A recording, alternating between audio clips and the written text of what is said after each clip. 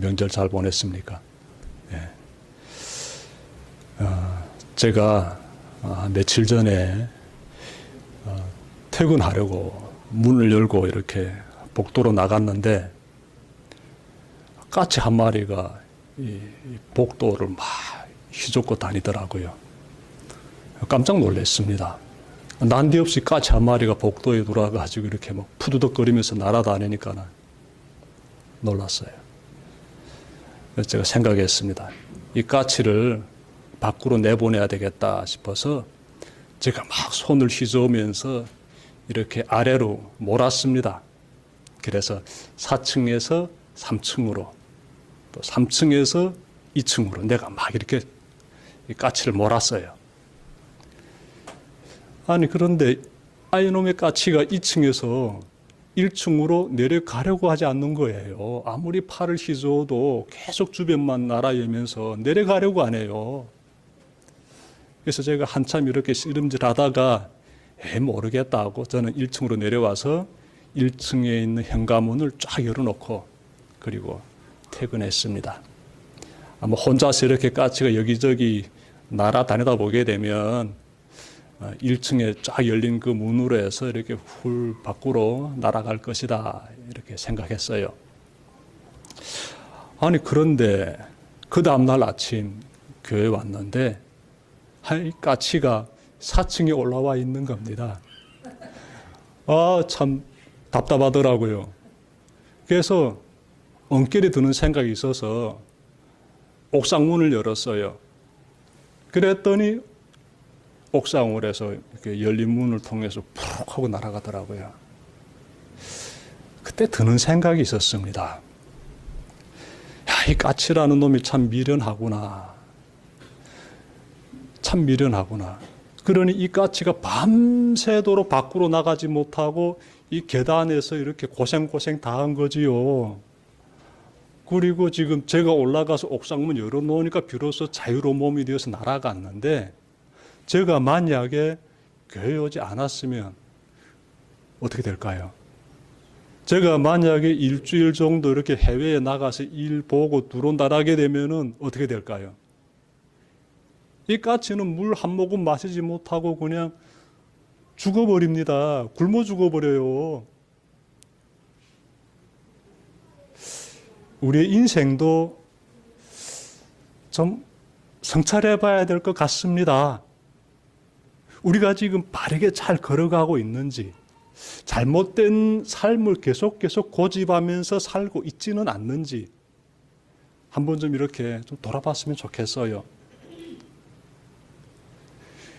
이 까치는 계속 이렇게 이 4층만 맴돌면서 이렇게 방향 전환을 하지 않기 때문에 제가 문 열지 않았으면 그 자리에서 그냥 굶어 죽거든요. 인생도 이렇게 잘못된 방향으로 계속 고집하면서 산다라게 되면은 결국은 그 자리에서 그 삶의 그 맴도는 그 가운데서 좋은 결과를 맺지 못하게 되지요. 잘못된 방향으로 걸어가는 삶 지속하게 되면은 안 된다라는 것이 되겠습니다. 여러분, 인생의 방향을 참으로 잘 잡고 걸어가는 사람들이 있습니다. 정말 지혜로운 사람들이에요. 인생의 방향을 제대로 정하고 그곳을 향해서 쫙 걸어가는 사람들. 그 사람들이 여러분들입니다.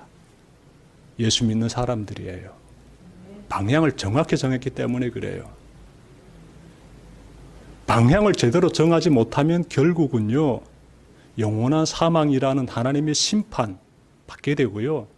방향을 제대로 정하게 되면은 영원한 생명, 하나님과 더불어 함께하는 축복의 그 영생의 축복을 누리게 돼요. 그러니 방향 선택이 너무나 중요하지요. 여러분, 오늘 본문 보시면요, 이 방향을 잘 정하고 걸어가는 사람들이 나옵니다. 예수님에게 다가오는, 즉 예수님을 찾아오는 이 두 사람이 오늘 본문에서 발견되는데, 먼저 한 사람은 어떤 사람인가 봤더니 이 사람은 마을의 지도자다라고 말씀하고 있습니다. 18절에서 나오지요. 그는 마을의 지도자다라고 하는데 누가복음 8장 41절과 42절 보시면 이 사람에 대해서 좀 더 많은 정보를 기록하고 있습니다. 이 사람의 이름은 야이로입니다. 야이로. 그리고 이 사람에게는 외동딸이 있습니다. 그 딸의 나이는 12살입니다. 그리고 이 사람의 직책도 나오는데 회당장이다 라고 밝히고 있습니다. 그러니 마태복음에서는 이렇게 상세하게 기록하고 있지 않지만 누가복음 8장을 참고해서 보게 되면은 예수님에게 나오고 있는 이 사람은 회당장이다라는 거예요. 회당장. 회당장이란 어떤 사람인가 하면요. 이들은 예배를 주관하고 또 회당 건물과 기구를 또 돌보고 그리고 두루마리 성경을 관리하는 그런 사람들을 감독하는 역할을 하고 있습니다. 그러니 마을의 지도자지요. 이 사람이 예수님을 찾아온 이유가 있습니다. 무엇인가 하면 방금 전에 하나밖에 없는 그 딸이 12살밖에 안 된 그 사랑스러운 그 딸이 숨졌다는 거예요. 죽었다는 겁니다. 그래서 그는 예수님에게 찾아와서 무릎을 꿇습니다. 그리고 저희 딸이 죽었으니 오셔서 이렇게 손을 얹어주시면 아이가 살아날 것입니다. 라고 예수님의 도움을 구해요. 제가 18절 말씀 읽겠습니다. 경청해 보십시오. 예수께서 이 말씀을 하실 때에 지도자 한 사람이 와서 예수께 무릎을 꿇고 말하였다. 내 딸이 방금 죽었습니다. 그러나 오셔서 그 아이에게 손을 얹어 주십시오. 그러면 살아날 것입니다. 이 회당장이 취하는 모습 보니까나 참으로 놀랍습니다. 이 회당장이 지금 자신의 딸이 죽었는데 예수님에게 와서 살려달라고 부탁하지 않습니까? 여러분, 죽음이라는 것은요, 한 사람에게 주어진 인생의 시간이 끝났다는 것을 말합니다. 죽음은 되돌릴 수 없지요. 시간을 되돌릴 수 없듯이 죽으면 그것으로서 그 사람의 인생은 끝났다라고 사람들은 죽음을 숙명처럼 받아들입니다. 그런데 회당장은 그 외동딸의 죽음을 여느 사람들처럼 숙명으로 받아들이지 않습니다. 그는 예수님에게 나와가지고 살려달라고 해요. 예수님은 자신의 죽은 딸을 살려줄 수 있다라고 회당장은 믿고 있는 거예요. 예수님께서 그 믿음을 보시고 그 사람의 집으로 발걸음을 돌리십니다. 그런데 그때 한 사람이 등장해요. 그 역시 예수님께 찾아온 사람인데 예수님께 나온 사람. 그 사람에 대해서 성경은 이렇게 말씀하고 있습니다. 제가 말씀 찾아 읽을게요. 20절과 21절. 그런데 12해 동안 혈루증으로 앓는 여자가 뒤에서 예수께로 다가와서 예수의 옷술에 손을 대었다. 그 여자는 속으로 말하기를 내가 그의 옷에 손을 대기만 하여도 나을 텐데 했던 것이다. 말씀 보게 되면 예수님에게 찾아온 이 한 여성에 대해서 어떻게 지금 말씀하고 있는가 봤더니 12해 동안이나 하혈하고 있습니다. 혈루증을 앓고 있어요. 그러니 이 말씀을 통해서 이 여인이 얼마나 심각한 상태에 놓여 있는지를 우리가 느낄 수 있습니다. 두 가지 찾아볼 수 있는데 우선 여인은 율법적으로 부정한 상태입니다. 조금 좀 생소할 수 있는데 레위기 15장 25절부터 27절에 따르면 혈루증으로 앓는 여인은 부정하다라고 되어 있습니다. 깨끗하지 못한 상태이다. 부정한 상태이다. 라고 이렇게 말씀하고 있어요. 그래서 이 여성이 혈루증을 앓게 되면 부정한 사람 취급당했어요. 자, 이런 여인과 접촉하게 되면 부정해진다는 것입니다. 그 여인이 누워있던 자리라든지 아니면 그 여인이 앉아있던 자리를 이렇게 다치기만 해도, 즉 접촉하기만 해도 나는 부정해지는 거예요. 레위기의 법에 따라서. 그러면 어떻게 해야 되는가 하면요, 일단은 옷을 다 빨아야 되고 몸을 씻어야 되고 해질 때까지 부정한 상태를 지니게 됩니다. 해가 져야 비로소 회복이 돼요. 그러니 사람들이 이렇게 이 혈루증으로 앓고 있는 이 여인과 가까이 했을까요? 피하지요. 여러분, 사람이요, 서로 이렇게 접촉하면서 친교 누리면서 그래야 행복하게 살 수 있는데, 나를 다 피하게 되면은요, 고독에 빠지게 되고요, 이거는 정말 말할 수 없는 스트레스와 이 외로움과 그 고통 겪게 되지요. 여인의 가족들도 그렇고 이웃들도 그렇고 다 이 사람을 멀리하게 됩니다. 왜? 부정해질까 봐. 그러니 삶이 얼마나 비참하겠습니까? 다음으로 여인은 육체적으로 아주 위중한 상태입니다. 앞서는 율법적으로 부정한 상태다라면은 이번에는 육체적으로 매우 위중한 상태에 놓여 있습니다. 왜 그런가 하면 잠깐 하혈하는 그런 상태에 있는 것도 아니고 무려 12년 동안이나 이 병으로 앓고 있었은즉 이 여인의 건강 상태가 어떻겠습니까? 쇠할 대로 쇠해지지요. 기력이 뭐 남아있겠습니까? 정말 힘들죠. 제가 상상해 보건대 여인은 자리에서 일어서기만 해도 앞이 새까매지면서 이 빙열로 앞이 새까매지면서 그냥 푹 쓰러졌을 것 같습니다. 그 빙열이 좀 가셔지게 되면 겨우 후들들 떨리는 그 다리를 두 손으로 꽉 붙잡고 힘을 내서 일어서겠지요. 그리고 조금 이동했겠지요. 왜? 피가 계속 이렇게 흘러나가다 보니까 그렇게 되는 것이에요.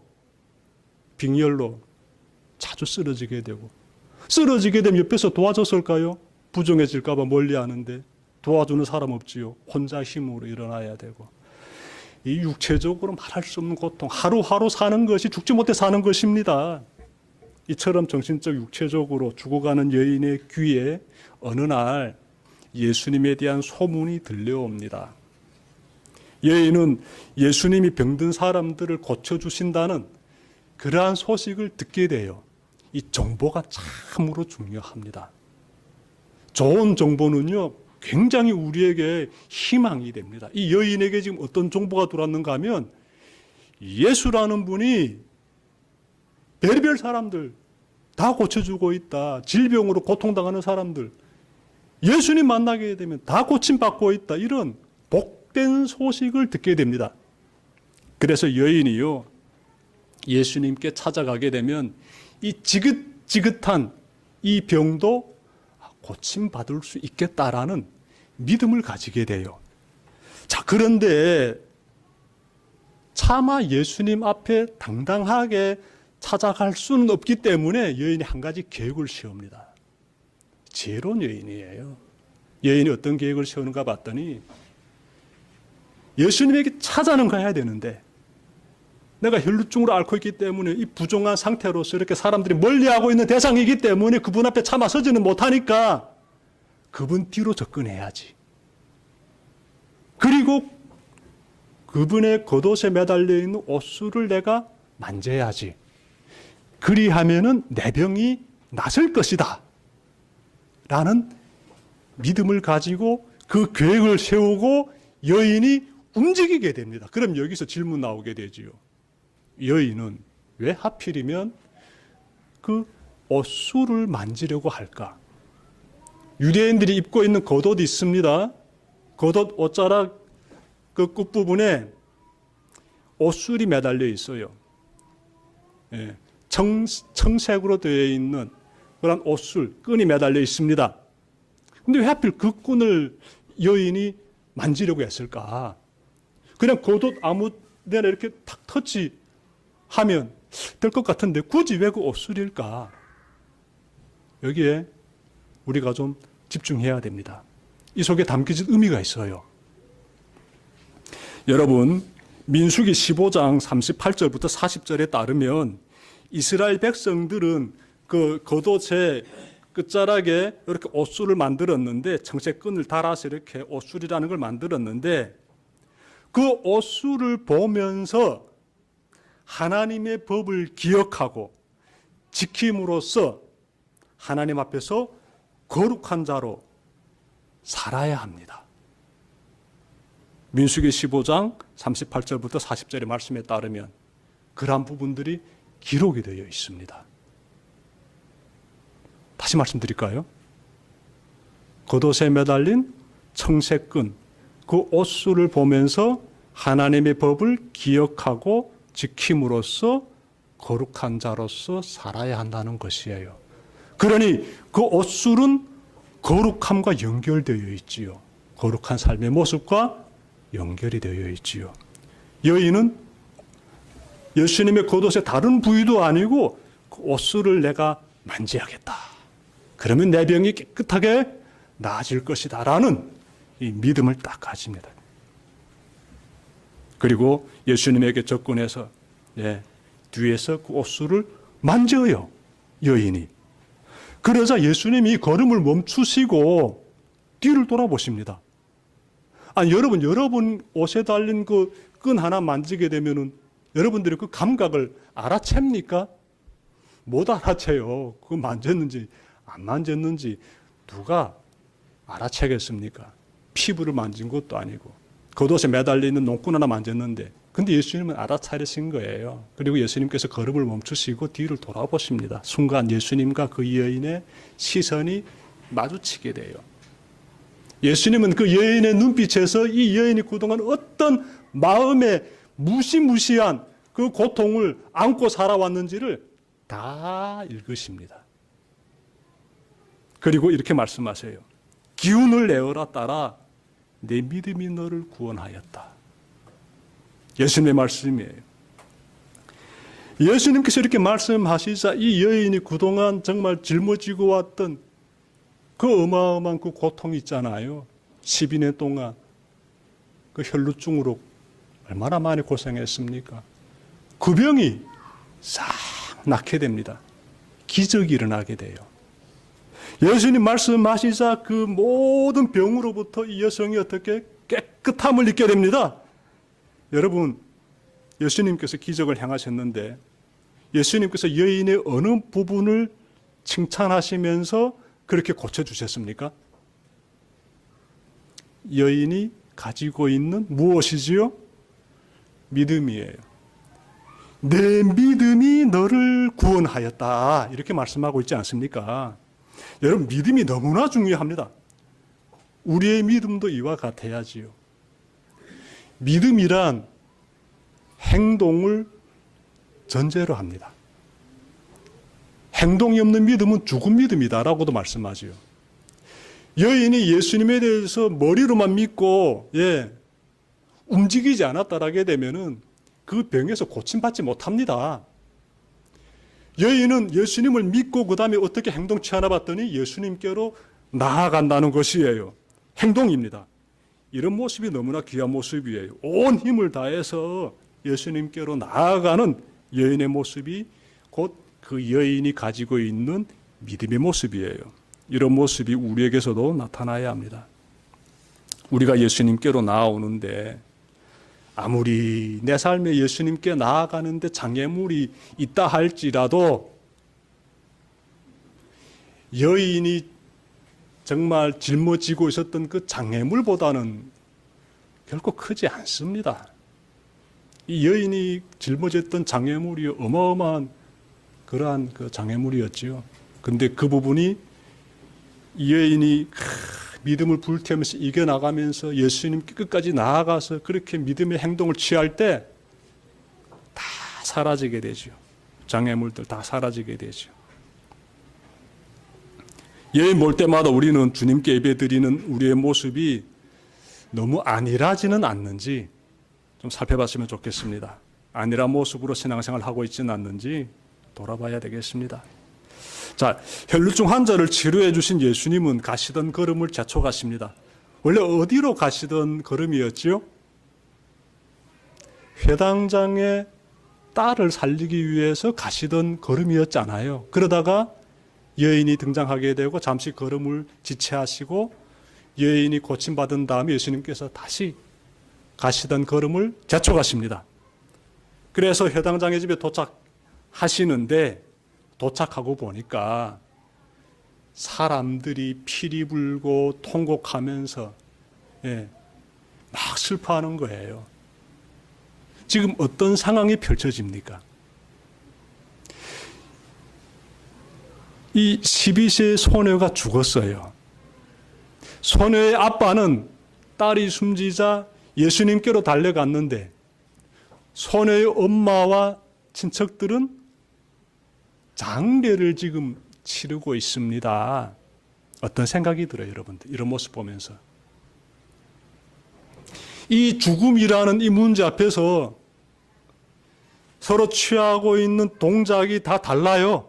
누군가는 예수님께 달려가고 누군가는 그냥 장례를 치르고 있는 이 장면 보면서 어떤 생각이 듭니까, 여러분? 죽음에 직면하면 사람들이 서로 자기가 살아오면서 마음에 믿고 있는 그러한 것을 가지고 표현하게 되는데, 여러분, 예수 믿는 사람들은 정말 축복받은 사람들이에요. 이 세상에서 죽음의 문제만큼 심각한 문제, 해결할 수 없는 문제 정말 없지요. 제일 심각한 문제가 죽음의 문제지요. 그건 정말 불가능하다, 해결할 수 없다라고 말하고 있지 않습니까? 근데 그 문제를 예수님이 해결해 주고 있어요. 12세 소녀를 살리시면서 우리에게 그 모습을 보여주고 계십니다. 보십시오. 예수님께서 어떻게 하시는가 봤더니 피리 불면서 슬퍼하는 사람들을 다 나가라고 합니다. 그리고 예수님께서 그 죽은 12세 그 소녀에게 다가가셔서 그 소녀의 손을 잡습니다. 이 장면에 대해서 누가복음 8장 54절과 55절은 좀 더 자세히 설명하고 있는데 예수님께서 죽은 소녀에게 말씀하셔요. 어떻게 말씀하시냐? 아이야, 일어나라. 죽은 사람에게 지금 예수님께서 이렇게 말씀하십니다. 아니, 그러자 이 아이가 살아나는데 영이 돌아왔다라고 말씀합니다. 영이 돌아왔다. 여러분, 우리가 죽었을 때 영이 어디론가 떠나는 거지요? 예. 그런데 그 영이 다시 우리에게 임하게 되면은 우리가 죽음에서 살아난다는 것이에요, 지금. 영이 돌아왔다라고 말씀하고 있어요. 그래서 소녀가 살아나고 자리에서 일어나게 됩니다. 어떤 역사가 지금 일어나고 있는가 하면요, 이 세상을 꽉 틀어잡고 있는 사망의 권세가 무너지는 장면이 여기서 지금 펼쳐지고 있어요. 하나님께서 생명의 주관자가 되시고 하나님께서 이 사망의 권세를 완전히 무너뜨리시면서 우리에게 보여주고 있는 놀라운 장면, 승리의 장면이지요, 지금. 우리는 헬루중 여인이 고침받는 이러한 기적과 회당장의 외동딸이 죽음에서 살아나는 이 두 기적을 이렇게 살펴보았는데 한 가지 공통점이 있습니다. 무엇일까요? 그렇죠? 믿음이에요. 믿음. 혈루증 환자가 고침받은 기적과 죽은 소녀가 살아나는 기적은 모두 믿음을 전제로 합니다. 믿음이 없게 되면 이런 기적들은 일어나지 않습니다. 그러니 우리가 가지고 있는 믿음이라는 게 이게 보통 믿음이 아니에요. 여러분, 믿음을 그냥 가볍게 여기지 마시길 바라요. 성경은 이 부분에 대해서 강조하고 있습니다. 오늘 본문을 통해 가지고. 그냥 믿음 그냥 있으면 좋고 없으면 할 수 없고 이런 게 아니에요. 우리는 반드시 믿음을 소유해야 되고 믿음을 가진 사람이 되어야 되고 믿음이 얼마나 귀한 능력을 발휘하는지 항상 잊지 말고 깨달아야 됩니다. 여러분, 예수님 불신하는 사람들 보십시오. 그들은 뭘 붙잡고 삽니까? 예수님 불신하는 사람들도요, 다 나름의 믿음의 대상들이 있습니다. 예. 뭐 저마다의 우상들을 붙잡고 살지요. 뭐 지금 시대는 더 말할 것도 없이 그냥 돈을 붙잡고 살죠. 돈만 준다게 되면 나라도 팔아먹을 것 같습니다. 나라. 돈만 준다게 되면 그 기업의 소중한 기술을 팔아버리는 거 뉴스로 계속 나오고 있지 않습니까? 그 기술 팔아버리면 안 되는데 돈 준다니까 기술도 팔아버리고 양심도 팔아버리고 거짓말도 서슴없이 하고 심각합니다. 그뿐입니까? 이 믿고 있는 대상들 보게 되면은 뭐 특정 인물이기도 됩니다. 특정 인물. 이 사람이 눈에 보이고 확인되거든요. 이 사람에게 충성을 바쳐요. 완전 숭배하는 거예요. 인간 숭배. 인간 숭배. 많지요. 인간 숭배에 빠진 사람들 꽤 많습니다. 그리고 또 다른 사람들 보게 되면은 야, 다 필요 없어. 나를 믿어야 돼. 이 나라는 이 존재만이 신뢰의 대상이야. 나머지는 다 믿을 게 없어. 이렇게 사는 사람들도 꽤 있습니다. 내가 거의 신인 거지요. 우리는 믿음의 대상이 정확히 정해져 있습니다. 뭘 믿느냐? 당신의 믿음의 대상이 누구냐? 우리는 오직 예수 그리스도를 믿습니다. 그것이 우리의 강한 믿음이고 우리는 그 한마디 고백으로서 주 앞에 서는 것입니다. 우리의 믿음을 통해 우리 주님께서 영생 구원의 역사를 이루어 가십니다. 말씀 마치려고 합니다. 여러분, 오직 예수님만을 나의 주, 나의 하나님으로 믿고 그렇게 살아가는 여러분을 향해서 예수님은 오늘도 말씀하십니다. 내 믿음이 너를 구원하였다. 새로운 한 주를 시작하는 여러분의 심령이 내 믿음이 너를 구원하였다 라고 하신 우리 예수님의 말씀으로 충만하시기를 주님의 이름으로 축원합니다. 기도드립시다.